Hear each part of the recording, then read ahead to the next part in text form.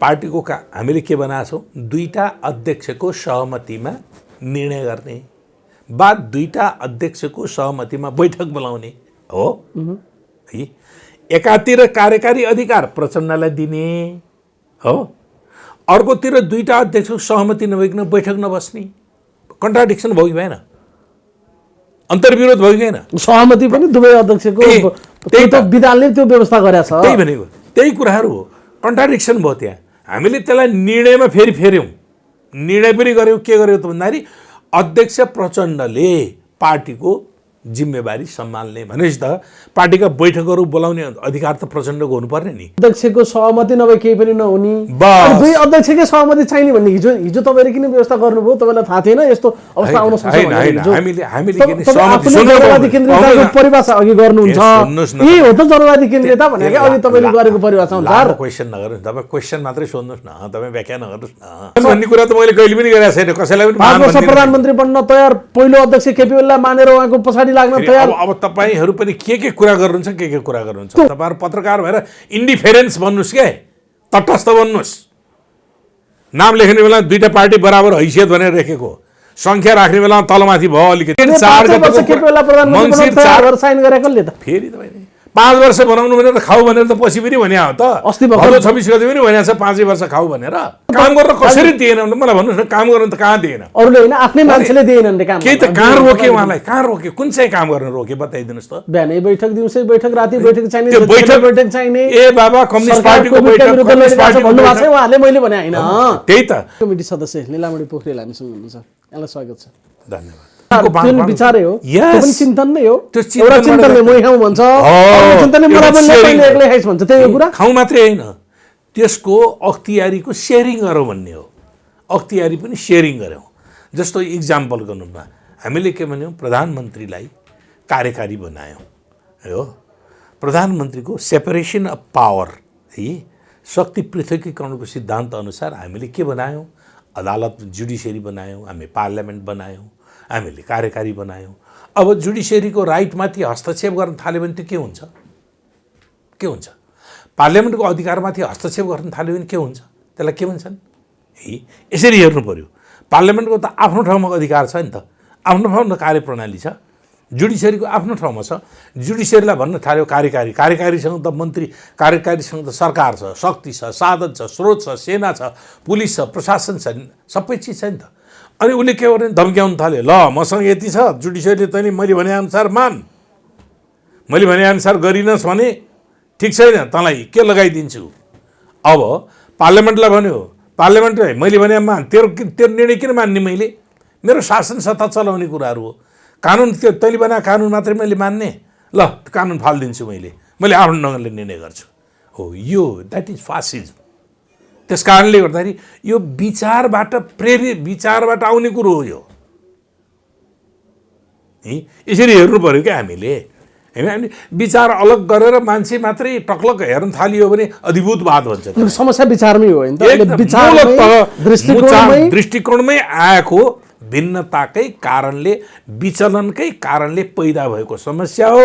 त्यो विधि मान्ने कुरामा देखा पर्छ, त्यो शासन सत्तामा देखा पर्छ, त्यो राज्य शक्ति सञ्चालन गर्ने कुरामा देखा पर्छ, त्यो अदालतप्रतिको दृष्टिकोणमा देखा पर्छ, त्यो पार्लियामेन्टको अधिकारमाथिको समग्रमा त्यो विचार नै कर्म भनेर देखा पर्छ। त्यो कर्ममा तपाईहरुको 100% यसैमा विश्वस्त छु। मूलतः विचारमा देखा परेको डेभिएसन नै यसको मूल स्रोत हो। भनेको त्यही विचार नमिलेका कारणले सँगै हिँड्न अब सकिएन नि त। फेरि अब के पाउनुस् न, तपाईँ फेरि बढी तपाईँ नउछुट्नुहोस् न कुरा त। म भन्दैछु नि, हामी एकता किन गरेका हौँ भन्दा आजको चुनौतीको सामना गर्न। आज नयाँ चुनौती हामीलाई के आयो? हामीले नयाँ संविधान बनायौँ। युद्ध र आन्दोलनका अपेक्षाहरूलाई संश्लेषण गर्दै संविधानमा ती विचारहरूलाई इन्कर्पोरेट गर्ने, समावेश गर्ने भनेर हामीले समाजवाद उन्मुख संविधान बनायौँ। हाम्रो संविधान पनि के हो भने सम्झौताको हो भनेर भनेका छौँ हामीले। किनभने शक्तिले, एउटै शक्तिले निर्माण गरेको संविधान होइन, विभिन्न दृष्टिकोण भएका शक्तिहरू मिलेर निर्माण गरेको संविधान हो। तर पनि हिजोभन्दा यो जनतामा आधारित संविधान हो, जनताका प्रतिनिधिहरूले बनाएको संविधान हो। त्यस कारणले त्यो संविधान अनुकूल आचरण गर्नका निम्ति हामीले चुनौतीहरूको सामना गर्नु पर्यो।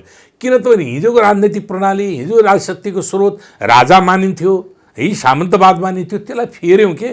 त्यो फेरिसके पछाडि यो गणतन्त्र, सङ्घीयता, धर्मनिरपेक्षता, समावेशी समानुपातिक, मौलिक अधिकारको सुनिश्चितता जस्ता महत्त्वपूर्ण कुराहरू हामीले त्यहाँ समावेश गऱ्यौँ। त बनाइसकेपछि त्यसलाई कार्यान्वयन गर्नु पऱ्यो नि त। त्यो कार्यान्वयन गर्ने के हो त, माध्यम के हो त भने राज्य सत्ता हो। राज्य सत्ता कसरी कार्यान्वयन गर्नु पऱ्यो भने त्यो विधि व्यवस्थापनभित्रबाट कार्यान्वयन गर्नु पऱ्यो। अनि त्यो कार्यान्वयन गर्नका निम्ति पार्टीले सरकार, जसले सरकार बनाउँछ त्यसलाई घोषणापत्र दिएको हुन्छ। यो अनुसारको हाम्रो विचार विधि, त्यो अनुसार संविधानलाई कार्यान्वयन गर्नको निम्ति जाऊ है भन्नु पऱ्यो। अनि त्यही अनुसार नगरेर परम्परा र पुँजीवादी ढङ्गले गर्दाखेरि अहिले भइरहेको समस्याहरू आयो। सरकार सञ्चालन सम्बन्ध अब पार्टीमा प्रश्न के हो भने पार्टीले त हामी त नयाँ समाज निर्माण गर्ने भनेर हिँडेका, यो सामन्तवादी पुँजीवादी राजसत्ता होइन, समाजवादी राजसत्ता। समाजमा देखा परेका सबै विकृति र विसङ्गतिको अन्त्य गरेर सामाजिक न्यायसहितको राज्य प्रणालीको हामीले परिकल्पना गरेको। यहाँ शोषण, दमन, अन्याय, अत्याचार, विभेद यी केही पनि नहुन् भन्ने चाहेको। लैङ्गिक विभेद नहोस्, भाषिक विभेद नहोस्, धार्मिक विभेद नहोस्, आर्थिक शोषण नहोस्, बौद्धिक शोषण नहोस्, सामाजिक प्रकारका विभेद कुनै पनि कुराहरू नहुन् भन्ने एउटा वैज्ञानिक, चेतनशील, न्यायपूर्ण समाज निर्माण गर्ने भनेको हो। त्यो दिशामा लागेको हो। त्यो दिशाअनुसार पार्टीको विचार दृष्टिकोणको एउटा पार्टीको सोच छ। पार्टीले विधान बनाउँछ, पार्टीले नीति बनाउँछ, पार्टीले कार्यक्रम बनाउँछ, पार्टीले योजना बनाउँछ। अब त्यो योजना अन्तर्गत पनि के हो त भन्दाखेरि हाम्रा आफ्नै मात्रै कुरा हुन्नन् भन्ने कुरालाई बुझेर नै अहिलेको शक्ति सन्तुलनमा संविधान निर्माण गर्दाखेरि त्यो संविधानलाई कार्यान्वयन गर्नका निम्ति अगाडि बढ है। त्यो संविधानमा कतिपय हामीलाई मन नपरेका कुरा छन्, तर पनि अहिलेलाई कार्यान्वयन गर्ने के हो भने शक्ति सन्तुलनको उपज हो भनेर कार्यान्वयन गर्ने भनेका हौँ। अब एकातिर पार्टी निर्माण र पार्टीको दृष्टिकोण र पार्टीको सोचमा पनि म जान्न भन्ने, पार्टीभित्र विधि विधानलाई पनि मैले मान्दैन भन्ने। अब पार्टीको चाहिँ नि विधि विधानलाई व्यवस्थापन गर्न भने पार्टीका कमिटीहरूका बैठक बस्ने हो। कमिटीले हाम्रो कम्युनिस्ट पार्टीमा त सामूहिक नेतृत्वको प्रणाली हो। अभिव्यक्ति स्वतन्त्रता, काम कारबाहीमा एकरूपता भन्ने हुन्छ। त्यसको जनवादी केन्द्रीयताको अभ्यास है बुझ्दैनन्। जनवादी केन्द्रीयता भने पुँजीवादीहरूले बुझ्दैनन्। के बुझ्छन् भने जनवादी केन्द्रीयता लागू गरे भनेर त्यो विलोचना। जनवादी केन्द्रीयताको मूल मर्म भनेको के हो भने सबै पार्टीका पङ्क्तिभित्र छलफल, बहस, अन्तर्क्रियाद्वारा विचार निर्माण गर्ने अभिव्यक्ति स्वतन्त्रता। जब विचार निर्माण गरेर केन्द्रीकृत रूपले एउटा दृष्टिकोण बन्छ त्यो कार्यान्वयन गर्ने। यी सबै कुराहरू चाहिँ एउटैको मात्र थाप्लामा छ। यसको अवजस चाहिँ कसको? एकैजनाको मात्र थाप्लामा छ। मैले प्रवृत्तिको नेतृत्व केपी ओलीले नेतृत्व गरेको त्यो प्रवृत्ति केपी ओलीसँग छैन। तपाईँले के गर्नुहोस् भने नि, तपाईँले मसँग विचार लिने बेलामा तपाईँको कुरो नराख्नुहोस् न, मेरो कुरो तपाईँले। यसमा चाहिँ हामी सबैजनालाई भाग लाग्छ त। अब जस अबजस भन्ने कुरा क्या। त्यस कारणले जस अबजस भनेको मूलतः है सापेक्षमा हाम्रा पनि कमजोरी होलान्, छैनन् म भन्दिनँ, हाम्रा पनि कमी भयो होला। हामी कति सचेत भएनौँ, कति ठिक समयमा त्यसको आलोचना गर्न सक्यौँ सकेनौँ, कहिले पनि आलोचनामा आँखा पो चिम्लिदियौँ कि बेठिक भएको कुरालाई पनि भनेर पो समर्थन गर्थ्यौँ कि यस्ता यस्ता कुराहरू पनि हाम्रा कमजोरीहरू हुन सक्छन्।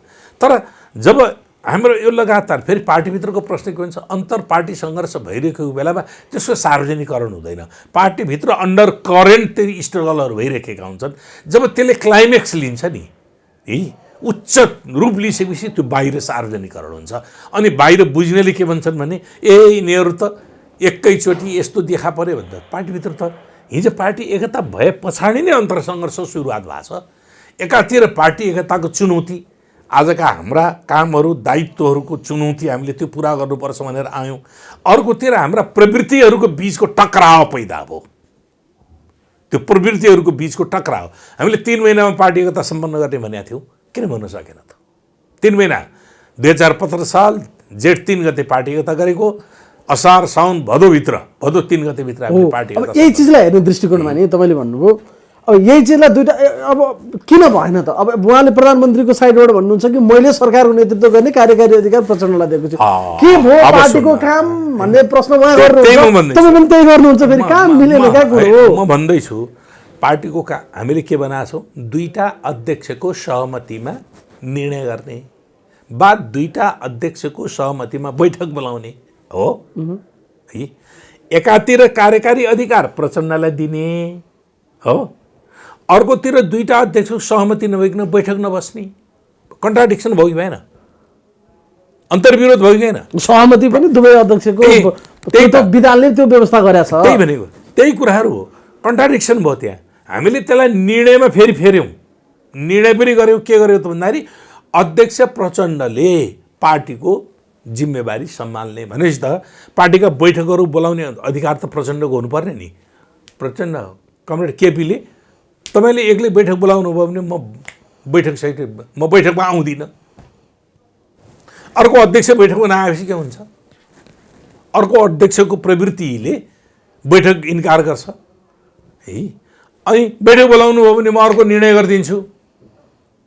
तपाईँहरूले मलाई दबाब दिनुभयो बैठक बोलाउनुको निम्ति, तपाईँहरूका निर्णय गरेका कुराहरू पालन गर्नुको निम्ति दबाब दिनुभयो भने म कुर्सी भात दिन्छु है।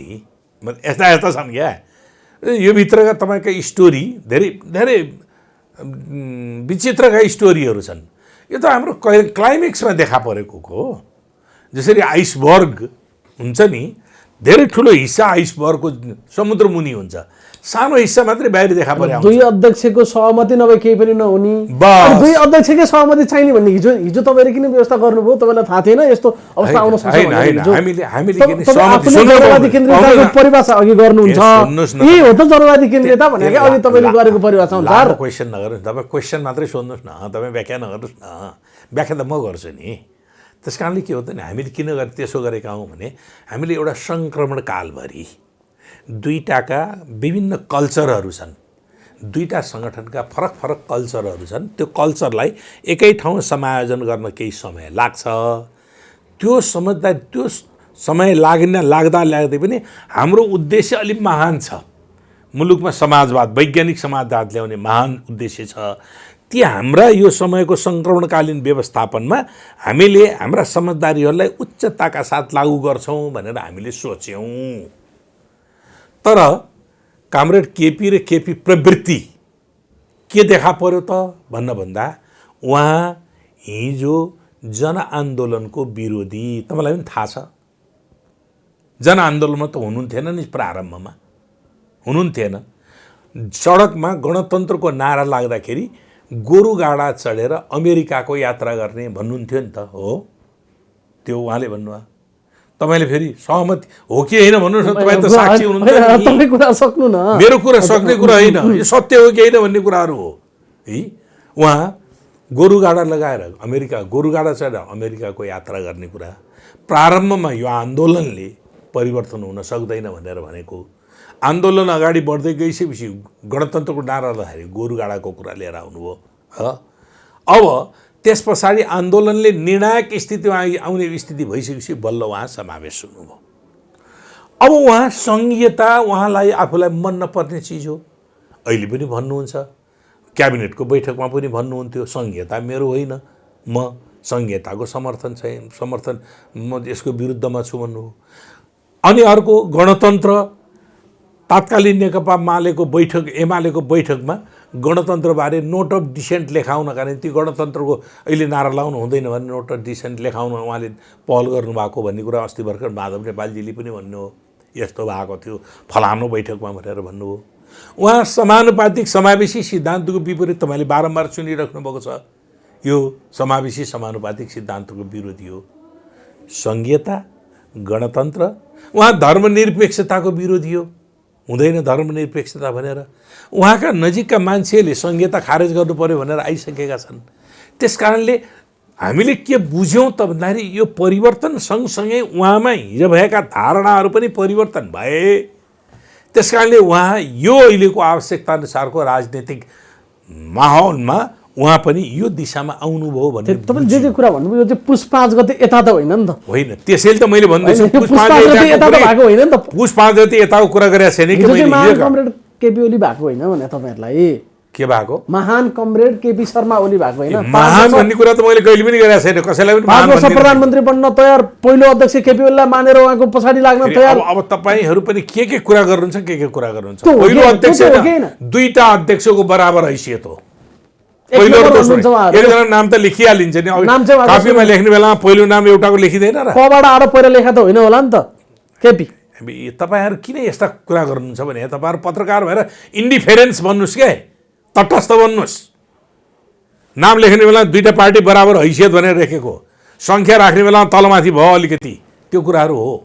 सङ्ख्याको सन्दर्भमा पहिलो दोस्रो होइन, समान हैसियत हो। दुईटालाई समान हैसियत। अझ तपाईँलाई भन्छु, दुईटाले सरकार सञ्चालन र पार्टी सञ्चालन पनि 5 वर्षको अवधिमा बराबर समयमा सञ्चालन गर्ने भनेर लिखत छ त। त्यो लिखतले गडबडी गर्यो भन्छ नि त मान्छे। किन गडबडी गर्ने? मङ्सिर 4 गते लिखत बिर्सिनु भयो प्रचण्डले। कसले भन्यो? गत वर्षको मङ्सिर 4 गते ल्याएको होइन। अनि गत वर्षको मङ्सिर 4 गते केपी ओली प्रधानमन्त्री बन्न साइन गरेको ले त। फेरि तपाईले 5 वर्ष बनाउनु भनेर खाऊ भनेर त पछि पनि भन्या हो त। अस्ति भदौ 26 गते पनि भन्या छ 5 वर्ष खाऊ भनेर, 5 वर्ष सरकार चलाऊ भनेर भदौ 26 गते पनि भनियो त। हामी आफैले सबैले भन्यौँ 5 वर्ष उहाँले सरकार चलाउने भन्यो। तर उहाँले सिग्नेचर गरेको, आफैले सही गरेको सर्कुलरको अर्को दिन उहाँले त्यो खण्डन गर्न थाल्नुभयो, कार्यान्वयन गर्न दिशामा जानु भएन। त्यस कारणले हो क्या। यहाँ हेर्नु पऱ्यो नि, तपाईँहरू सर्फेसमा, तपाईँहरू पत्रकार अनुसन्धान गर्नुहोस् क्या, सर्फेसमा नहिँड्नुहोस्। कहाँ बाहिर के भन्छ भनेर चाहिँ नि यी बाहिरी कुराहरू मात्र नहेर्नु, त्यसको अन्तर्यमा बुझ्नुहोस्। अन्तर्यमा बुझिसकेपछि अनि तपाईँको पत्रकारिताको विश्वसनीयता हुन्छ। केपी ओलीले के भन्नुहुन्छ, प्रहलादले के भन्छ, बासकोटाले के भन्छ, अथवा चाहिँ कोइरालाले के भन्छ भन्ने ढङ्गले कुरा नगर्नुहोस्। त्यसको अन्तर्यमा बुझ्नुहोस्। त्यो अन्तर्यमा बुझ्दाखेरि मैले भन्दैछु पार्टी एकता पश्चात 3 महिने। अर्को तपाईँलाई म बताइदिउँ, हामीले पोहोर साल माघको 15 गतेदेखि 19 गतेसम्म केन्द्रीय कमिटीको बैठक बस्यौँ। यिनै समस्याहरूलाई हल गर्न बसेका थियौँ। त्यति बेला एमसिसीको विवाद थियो, एमसिसीको विवाद उठिसकेको थियो। हामीले कार्यदल बनायौँ। 5 दिनको बैठक सफलतापूर्वक सम्पन्न हो। उहाँ प्रारम्भमा आउनुभयो, सुरुको दिनमा आउनुभयो, 1.5 घन्टा भाषण गर्नुभयो, के गर्नुभयो, सरकारले यो गरेर त्यो गरे मात्रै भनेर भन्नुभयो। सरकारका उपलब्धिहरूको बारेमा उहाँले बखान गर्नुभयो। उपलब्धि कति थिए थाहा छैन। त्यसभन्दा पछाडि 4 दिनसम्म बैठकमै देखा पर्नु भएन। अनि कार्यकर्ताको अभिव्यक्ति कसरी सुन्नुहुन्छ उहाँले, कार्यकर्ताको भावना कसरी बुझ्नुहुन्छ उहाँले। त्यसपछि लास्ट डेमा अन्तिम दिनमा आउनुभयो, 1.5 घन्टा भाषण गर्नुभयो, त्यसपछि जानुभयो। त्यो बैठक सफलतापूर्वक सम्पन्न भयो र त्यसको 2 दिनपछि पशुपति प्लाजामा आफ्नो समूहका 72 जना केन्द्रीय सदस्यहरूलाई बोलाएर भन्नुभयो अब प्रचण्डले लिड गर्ने हो, यसलाई कसरी उ गर्नुपर्छ त्यसको बारेमा चाहिँ सुरुवात गर्नु पर्यो भनेर त्यो प्रचण्डलाई कसरी डिस्कार्ड गर्ने हो भन्ने कुरा त्यो दिशामा लाग्नु हो। किन भेला गरे त पशुपति प्लाजामा उहाँले? किन भेला गर्नुभयो? किन गुटबन्दी गर्नुभयो त? के आवश्यकता? केन्द्रीय कमिटीको बैठक त राम्रो सफल भएको थियो नि त, अत्यन्तै सफलतापूर्वक सम्पन्न भएको थियो नि त। त्यहाँ अरू केही पनि कुराहरू थिएन। हामीले विधान संशोधन गरेका थियौँ, अलिकति हामीले प्रतिवेदन बनाएका थियौँ, हामीले कार्ययोजना बनाएको थियौँ, 3 महिने कार्ययोजना बनाएका थियौँ। 3 महिने कार्ययोजना लागू गर्न दिइएन, त्यहीँबाट सुरुवात भयो। अनि वैशाखमा गएर कोभिड-19 को सुरुवात भइरहेका बेलामा, कोभिडको महामारी भएको बेलामा पार्टी फुटाउनको निम्ति अध्यादेश जारी गर्नुपर्छ। किन गर्नु? वैशाख 8 गते अध्यादेश किन ल्याउनु भयो त? केको लागि ल्याउनु भयो? 2टा अध्यादेश ल्याउनु भयो। एउटा संवैधानिक आयोगका पदाधिकारी नियुक्ति सम्बन्धी अध्यादेश ल्याउनु भयो, अर्को चाहिँ पार्टी विभाजन सम्बन्धी, दल विभाजन सम्बन्धी अध्यादेशले। के आवश्यकता थियो? कोभिड-19ले सिङ्गो देशलाई एकताबद्ध गर्नका निम्ति त्यसको विरुद्धमा प्रतिवाद कसरी गर्ने भन्ने सोच बनाउनु पर्ने बेलामा, कसरी त्यनी उपचार गर्ने जनतालाई भन्नुपर्ने बेलामा अनि पार्टी फुटाउनका निम्ति उहाँले अध्यादेश जारी गर्नुपर्ने, हामी विरोध गर्नु पर्यो। केन्द्रीय समितिको बैठकमा हामीले स्थायी समितिको बैठक माग गर्यो 10 गतेको दिन। स्थायी समितिको बैठक माग गरेको 15 दिनभित्र बोलाउनु पर्ने भयो भने बैठकै बोलाउनु भएन। बैठक बोलाऊ भन्दाखेरि नाइ भन्नुभयो, आवश्यक छैन भनेर भन्नुभयो। बैठक त बोलाउनु पर्थ्यो नि। हामीले 2टै अध्यक्षलाई दियौँ, 2टै अध्यक्षलाई दिएका हौँ, 2टा अध्यक्ष सहमति भएपछि बैठक बस्नुपर्ने थियो। बैठकै बोलाउनु उहाँ मान्दैन भन्नुभयो। बल्ल बल्ल बल्ल बल्ल असारमा पुगेर चाहिँ असारको 10 गते बैठक बोलाउनु हो। असारको 13 गते 13 गतेको दिन गएर उहाँले बाहिर गएर भन्नुभयो कि सरकारका कामको मूल्याङ्कन गर्ने 7वटा एजेन्डा तय भएको थियो, बैठक किन हल गर्न सकिएन? किन बैठक बस्न सकिएन? त्यहाँ बैठक किन उहाँले इन्कार गर्नुभयो? बैठकमा बसेर छलफल गरेर विरोध भएपछि त विरोधको सामना गर्नुपर्छ नि त कसैले पनि। मेरो आलोचना गर्न नपाइने? म के प्रभु हुँ मेरो बारेमा आलोचना गर्न नपाइने भन्ने सोच नै हो त्यो। उहाँ के विधान र संविधानभन्दा माथि, पार्टीभन्दा धेरै सर्वोपरि माथि हो र? होइन, लिडर एमङ द इक्वल हो, समानताको बीचको नेता हो। प्रधानमन्त्री हामीलाई बनाए पनि हामी पनि चलाउँछौँ प्रधानमन्त्री, त्यो होइन नि। प्रधानमन्त्री भएपछि सर्वे सर्वा भन्ने हुन जान्छ र पार्टीमा पनि सर्वे सर्वा, देशमा पनि सर्वे सर्वा हुन्छ? हुन्न।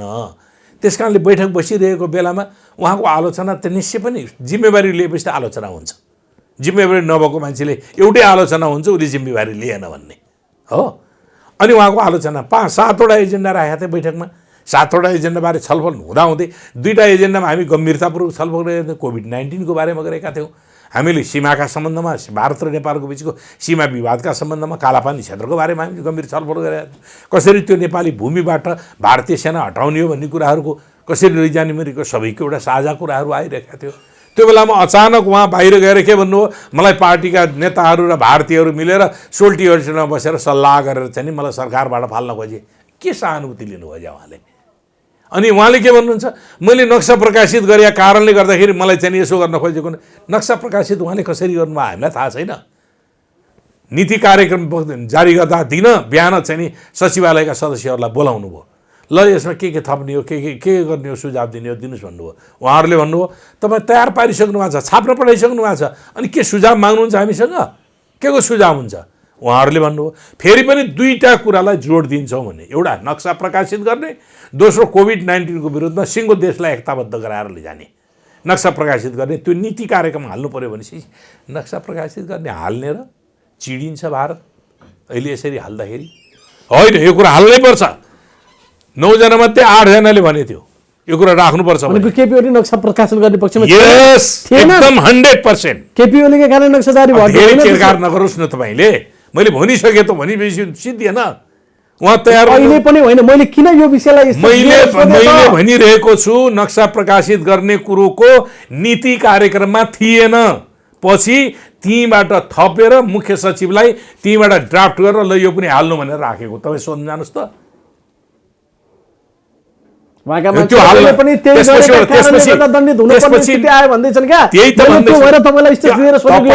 फेरि मैले एकचोटि मैले भनिसकेपछि नदोहोऱ्याउनुहोस् न।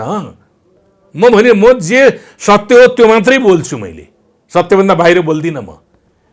नीति कार्यक्रमको पछिल्लो अंशमा छ त, हेर्नुहोस् त त्यहाँ यसबाट जारी भएको नीति कार्यक्रमको पछाडि छ त्यो। कति नम्बरमा छ? 254 नम्बरमा छ। जुन महत्त्वपूर्ण राष्ट्रियताको मुद्दा थियो त्यो नक्सा प्रकाशित गर्ने कुराहरू हालिएको छ र कोभिड-19को बारेमा विरुद्धमा जुझ्ने कुराहरू पनि हालिएको छ। तपाईँ हेर्नुहोस् त। अनि त्यहाँबाट ड्राफ्ट गरेर तीबाट यो हाल्ने भनेर ड्राफ्ट गरेर मुख्य सचिवलाई लेखेर पठाइदिइसके पछाडि बल्ल छापिएर आएको हो त्यो। अनि त्यसपछि हामीले बाट फाल्न खोजेको पार्टीको मान्छे को हो देखाउनुहोस्, त्यसलाई अभियोग लगाएर, देशद्रोहको अभियोग लगाएर अहिले जेल हाल्नुपर्छ। उहाँले बोल्नु भएन। त्यसपछि उहाँ बैठकमा आउनु भएन। बैठकमा आउनुहोस्, बैठकमा छलफल गरौँ। उहाँ बैठकै बस्न तयार हुनुहुन्न। 2 महिनासम्म भदौको 26 गते गएर बल्ल बैठक भयो। असारको 17 गतेबाट चाहिँ नि उभको बैठक साउन भदौ 26 गते भएर एउटा कार्यदल बनाएर उहाँलाई निकास दिएको कार्यदल थियो त्यो। उहाँलाई नि सहज, ल तपाईँ 5 वर्ष सरकार चलाउनुहोस्, सहमतिको आधारमा कमसेकम सरकार र पार्टीको समन्वयमा सरकार चलाऊ। प्रधानमन्त्री, सरकारको प्रमुख, पार्टीको अध्यक्ष समन्वयमा गरेर पार्टीका घोषणापत्रहरूलाई आधारित गरेर गरौँ। पार्टीले नीतिगत रूपमा महत्त्वपूर्ण नीतिगत प्रश्नहरूमा सरकार र पार्टीको समन्वय अनिवार्य छ भने हो। पार्टी प्रचण्डले चलाउने, सरकार फेरि चाहिँ नि केपी ओलीको नेतृत्वमा गर्ने, महत्त्वपूर्ण निर्णयहरू पार्टीमा महत्त्वपूर्ण निर्णयहरू गर्नुपर्दाखेरि पनि सहमतिमा गर्ने, यो कुराहरू गरिएको थियो। त्यो कुरा लागू भएन, जसका कारणले आजको यो वितण्डा गर्न पुगेको हो। आजको वितण्डा केन्द्रीय कमिटी स्थायी समितिको बैठक बसिरहेको थियो, थाहा थियो सल्लाह गर्नु पर्दैन। पार्लियामेन्ट स्थगन, असारको 17 गते पार्लियामेन्ट स्थगन गर्दाखेरि पार्लियामेन्ट बसिरहेको थियो, के अरे स्थायी समितिको बैठिरहेको थियो, थाहा छैन। 38वटा विधेयकहरू चाहिँ उसमा थिए। सरकारको बिजनेस छैन भनेर चाहिँ स्थगन गर्ने, महत्त्वपूर्ण कर्मचारी निजामती सेवा, नागरिकता विधेयक थियो, त्यहाँ नागरिकता विधेयक थियो, कर्मचारी समायोजन सम्बन्धी विधेयक थियो, प्रहरी ऐन सम्बन्धी विधेयक थियो, सेना सम्बन्धी विधेयक थियो, विभिन्न महत्त्वपूर्ण विधेयकहरू थिए। अनि बिजनेसै छैन भनेर चाहिँ नि जनतालाई धोका दिने, ढाट्ने, यो हो के। प्रश्न यसरी भयो। अनि त्यस पछाडिबाट स्थगन भयो। अनि त्यसपछि अहिले पनि पार्लियामेन्ट विघटन गर्ने बेलामा स्थायी समितिको बैठक थियो। स्थायी समितिको बैठकलाई बाइपास गरेर उहाँले पार्लियामेन्ट विघटनको निर्णय गर्नुभएको छ। कि पार्लियामेन्ट विघटन जस्तो उहाँको स्वेच्छाचारिता हो। पार्लियामेन्ट उहाँको कठपुतली हो।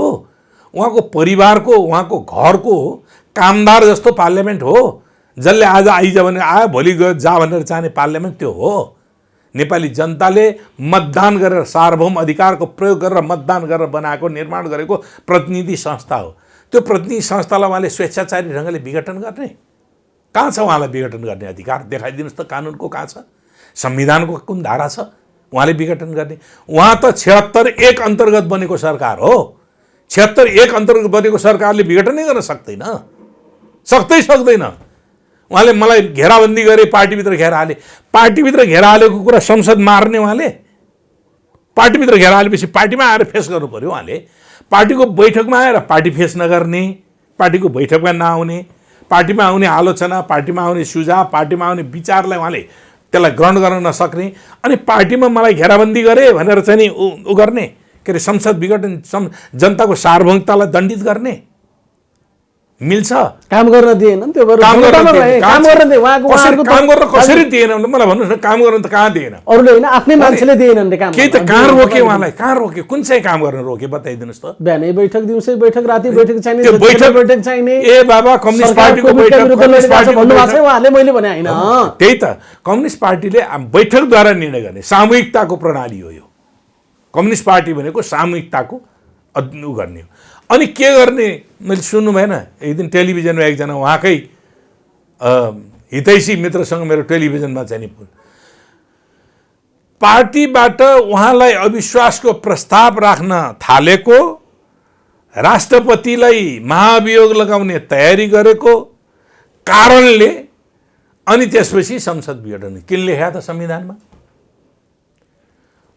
अविश्वासको प्रस्ताव राख्न पाउने व्यवस्था संविधानमा किन लेखिन्छ? प्रधानमन्त्रीले गल्ती गर्यो, प्रधानमन्त्रीले बेठिक गर्यो, प्रधानमन्त्रीले ठिक आचरण गरेन भने अविश्वासको प्रस्तावद्वारा उसलाई फाल्ने भनेर सार्वभौम जनताको अधिकारको अभ्यास गर्ने थोरो पार्लियामेन्टलाई दिएको अधिकार हो त्यो। अनि पार्लियामेन्टले दिएको अधिकार प्रयोग गर्नका निम्ति उहाँले रोक्न पाइन्छ? अनि महाभियोग, राष्ट्रपतिलाई महाभियोग लगाउन पाउने भने किन लेखियो त त्यहाँ? तयारी चाहिँ थियो त्यस्तो होइन? तयारी थियो थिएन अर्को कुराहरू हो। तयारी हुनु नहुनुसँग प्रश्न होइन त्यो के। त्यो संविधानमा लेखियो किन भन्दाखेरि त्यो गर्न पाइने भनेर लेखियो त। सामान्यतया आफ्नै दलको संसदीय आफ्नै होस् बा पराई अविश्वासको प्रस्ताव त राखिँदैन नि सर? होइन, आफ्नै राखिन्छ। पार्टीहरू विभाजन हुन्छन्, पार्टीहरू मतभेद हुन्छन्। आफ्नै पार्टीले, काङ्ग्रेसले 36 र 72 को खेल, 74 को खेल भएको होइन। आफ्नै पार्टीले गर्दाखेरि काङ्ग्रेस गिरिजाप्रसाद कोइरालाले संसद विघटन गरेका हुन्। काङ्ग्रेसले तपाईँहरू कम्युनिस्ट किन फरक हुनुभयो त भने क्या? तपाईँ अब कस्तो पार्लियामेन्टमा अभ्यास जाँदाखेरि कानुन बमोजिम पार्लियामेन्टको नियम बमोजिम जाने कि अर्कै पार्टीको चाहिँ नि घोषणापत्र अनुसार, पार्टीको चाहिँ नि विधानअनुसार पार्लियामेन्ट चल्छ? पार्टीको संविधान अनुसार चल्छ। तर गिरिजाप्रसाद कोइरालालाई त्यो राइट थियो। त्यति बेला तात्कालीन समयमा गिरिजाप्रसाद कोइरालाले संविधानको धारा 53(4) मा एब्सोल्युट राइट छ कि कुनै बन्देज छैन। प्रधानमन्त्रीले चाहेमा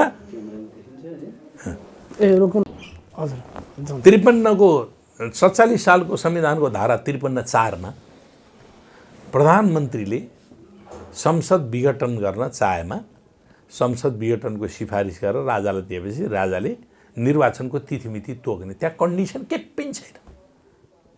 नीति कार्यक्रममा पराजित भएपछि गिरिजाप्रसाद कोइरालालाई राजीनामा दिएर अनि त्यसपछि संसद विघटन गरेर राजीनामा दियो।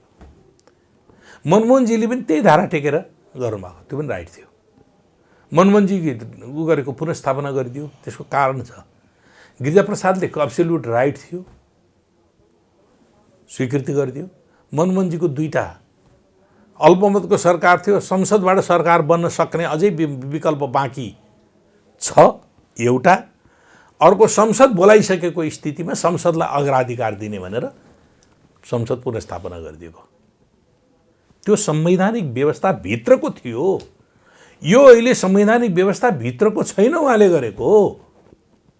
संविधानको कुनै पनि धारा अन्तर्गत प्रधानमन्त्रीले विघटन गर्न पाइँदैन। अब यो विशेष सर्वोच्च अदालतमा मुद्दा चलिरहेको छ, के एउटा फैसला आउँछ? फैसलाले तपाईँहरूलाई के फरक पार्छ कि पार्दैन? होइन, तपाईहरु स्वीकारेर अगाडि बढ्न तयार हो कि यो विषय पनि उठिरहेको छ। सुन्नुहोस् न, पहिले सुन्नुहोस्, फैसला केबाट गर्ने हो? संविधानबाट गर्ने हो नि। संविधानभन्दा बाहिरबाट त फैसला हुँदैन, कानुनभन्दा बाहिरबाट त फैसला हुँदैन है। कानुनले संविधान फैसला गर्ने हो कि यो संविधानको यो धारा अन्तर्गत फलानाले गर्यो अथवा प्रधानमन्त्रीले गरेको यो ठिक बा यो बेठिक भनेर भन्ने हो नि, त्यहाँभन्दा बाहिर त छैन। उहाँले उल्लेख गरेका संसद विघटनमा उल्लेख गरेका 3वटा कुराहरू छन्। एउटा संविधानको धारा 76(1) प्रधानमन्त्री भएको 76(7) अन्तर्गत विघटन गरे भन्नुहुन्छ। 76(7) कस्तो विस्तारमा विघटन हुन्छ? संसदबाट सरकार बन्नै नसक्ने स्थिति भयो, चुनाव भयो, कसैको बहुमत आएन, संसदबाट 4वटा प्रक्रिया पार गर्यो, बहुमत भएन, दुईभन्दा बढी सरकारले 2/2भन्दा बढी दलले सरकार बनाउन सकेनन्, लार्जेस्ट पार्टीले पनि सरकार बनाउन सकेन। त्यसकारण कसैले मैले सरकार बनाउँछु र 30 दिनभित्र विश्वासको मत लिन्छु भन्यो भने त्यसले सरकार बनाउने, त्यसले 30 दिनभित्र विश्वास लिन सकेन भने मात्र बल्ल चुनावको परिकल्पना गर्छ। यो अस्थिरतालाई रोक्नका निम्ति ल्याएको कुराहरू हो। त्यो अन्तर्गतको सरकार होइन। अल्पमतमा छ कि छैन उहाँ भन्ने भने अल्पमतमा छैन। अहिले किन थिएन त भन्दाखेरि पार्लियामेन्टमा टेस्टै भएको छैन। पार्लियामेन्ट संसदीय दलको बैठक नबोलाउने, टेस्ट हुनु पर्यो नि, मसँग अल्पमत हो कि बहुमत हो भन्ने कुरा। पार्टी त विभाजन भएको छैन। उहाँले त त्यतिखेर तत्काल जतिखेर संसद विघटन भयो त्यतिखेर 64% सांसद भन्दै हुनुहुन्छ दलको नेता म वैकल्पिक सरकार बन्ने अवस्था थिएन। 64%ले अनुमोदन गर्नुपर्छ सरकार विघटन गर्ने कुराहरूका निम्ति। संसदीय दल ठुलो हो उहाँ होइन, उहाँलाई त नेता चुनेको संसदीय दलले नेता चुनेको संसदीय दलको बैठक बसेर यो मैले सोचे मलाई अनुमति चाहियो भनेपछि मात्र बल्ल त्यो अनुमति लिएर बल्ल उहाँले संसदीय दलको प्रक्रिया त्यो हो। अनि मलाई संसदीय दलले चुन्यो, त्यस कारणले मैले सर्वा संविधान च्यातचुत पारेर पनि गर्नुपर्छ। वैकल्पिक सरकार बन्नै सक्दैन थियो भन्नुभएको छ उहाँले। कसरी भन्नु? सार्वजनिक रूपमा भन्नुभयो। त्यो भन्नुभयो त तपाईँले के भन्नुभयो भन्छु म त। उहाँले त त्यो भन्नुभयो, तपाईँ पत्रकारले के भन्नुभयो? यो संविधानभित्र छ भन्नुभयो कि संविधानभित्र छैन भन्नुभयो? मेरो त प्रश्न त्यहाँनिर हुन्छ।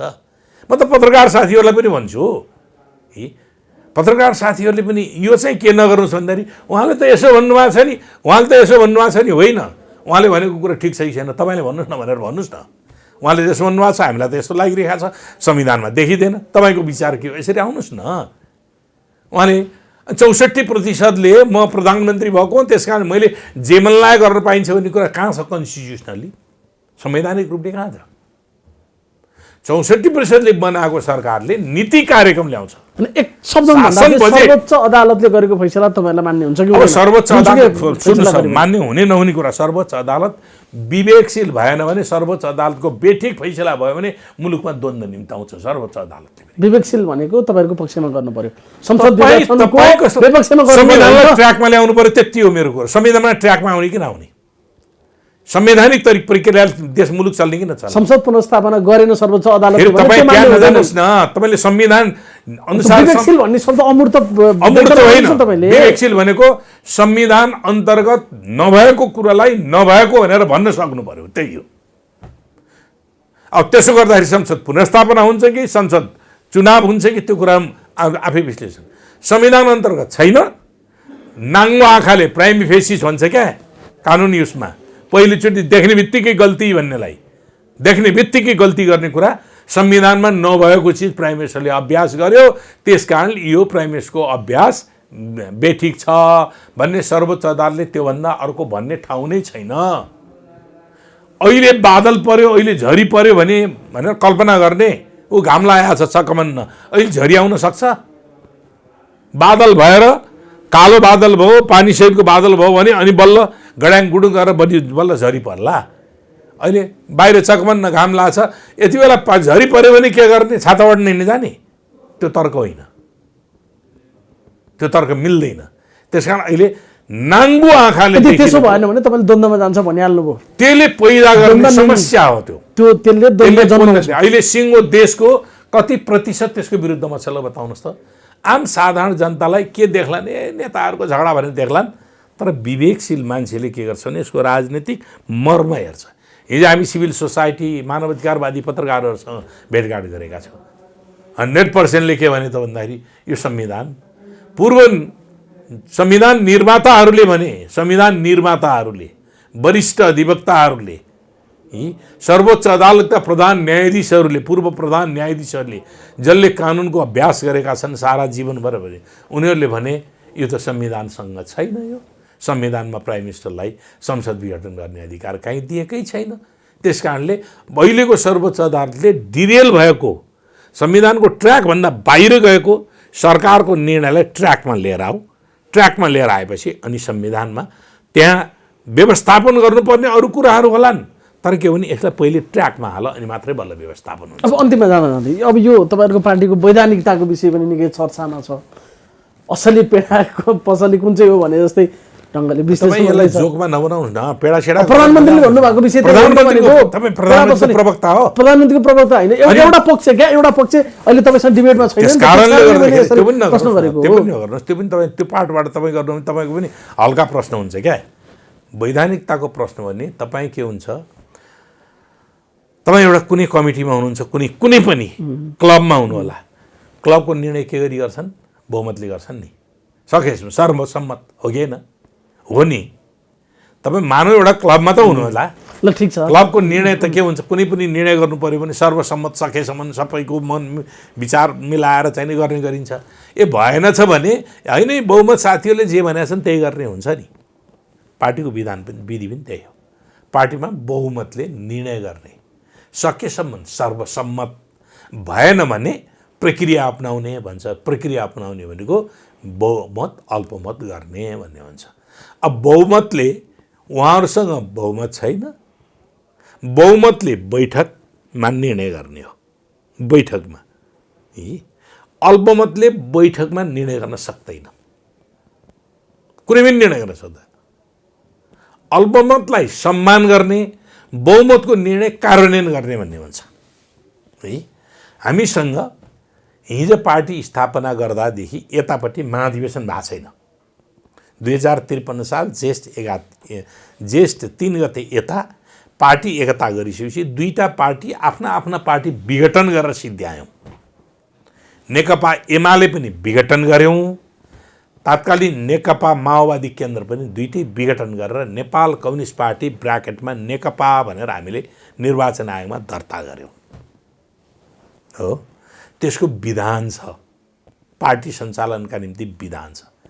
त्यो विधानले के भन्छ भने बहुमतको निर्णय पार्टीको निर्णय हुनेछ, सकेसम्म सहमतिको आधारबाट निर्णय गर्ने विधिको अभ्यास गरिनेछ।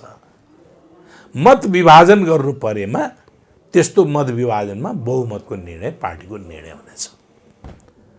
त्यस यता महाधिवेशन भएको छैन र केन्द्रीय कमिटीको फेरबदल केही पनि भएको छैन। अलिअलि केही मान्छे गए, केही मान्छे मरे, केही मान्छे नियुक्ति सियुक्तिमा गए होलान्, जसलाई नियुक्तिमा राज्य कोषको ऊ खाने गरिकन नियुक्तिमा गएकोहरू मन्त्रीहरू बाहेक अरूले छोडेर जानुपर्छ क्या, पार्टीको सदस्य त्यागेर जानुपर्छ।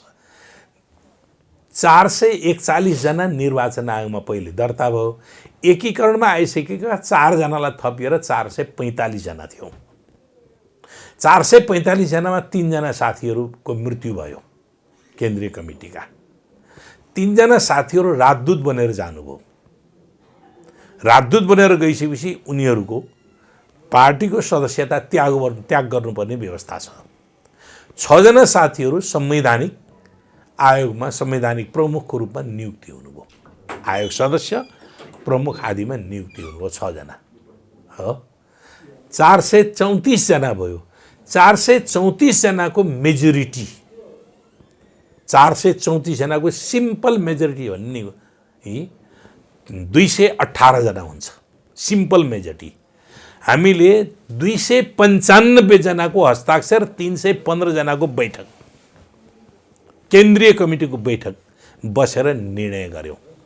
लगभग 70% को हामीसँग बसेर निर्णय गरेर केन्द्रीय कमिटीको बैठकका निर्णयहरू हामीले निर्वाचन आयोगलाई दियौँ। यो हो हाम्रो केन्द्रीय कमिटीको निर्णय।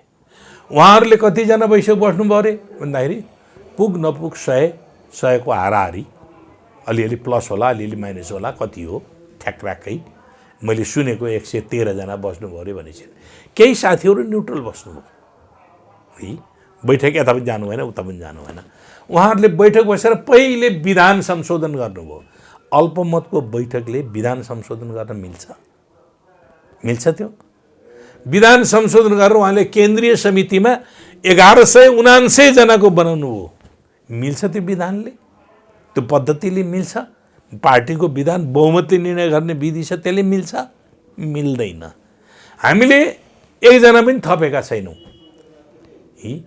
295 जनाको हस्ताक्षर हामीले बुझायौँ तलमाथि इधर उधर भयो होला केही साथीहरू त्यति हुँदाहुँदै पनि हामीसँग लगभग 70% साथीहरू हाम्रो बहुमतमा हुनुहुन्छ अनि 70%ले गरेको निर्णय र त्यसको वैधानिकता हुन्छ कि अल्पमतको वैधानिकता हुन्छ तपाईँ आफै फैसला गर्नु अब अन्तिम प्रश्न चाहिँ पार्टी विभाजन भइसक्यो कि बाँकी छ औपचारिक रूपले निर्वाचन आयोगमा औपचारिक रूपले कानुनी रूपले दुई पार्टी भइसकेको छैन व्यवहारले केही साथीहरू चुइटेर गएको पार्टीगत रूपमा उहाँलाई कस्तो पार्टी बनाउनु होला के नामको पार्टी बनाउनु होला चुइटेर गएका साथीहरूले अलग कुराहरू हो के नाम दिनुहुन्छ त्यो अलग कुराहरू छ तर पार्टीको जो आधिकारिकता छ त्यो आधिकारिकता अहिले नेपाल कम्युनिस्ट पार्टी नेकपा अहिले प्रचण्ड र अहिले हामीले माधव नेपाल केपी ओलीजीले यी वितण्डा गरेका कारणले पार्टीको नीति विधि विधान सबैको विपरीत काम गरेका कारणले उहाँलाई